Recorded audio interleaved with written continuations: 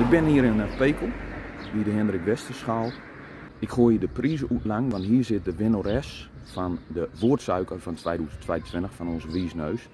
En nou ja, het is een verrassing voor u, dus Birger Ots weet nog van niks. Zwaai maar even thuis. Er zijn een paar die hebben de woordsuiker ook opgelost. En wat zou dat nou betekenen? Dromen in het Gronings. Heb je het ook opgestuurd? Want dat is stap 2. Ik heb hem weggegooid, zegt die jongen, deze hier.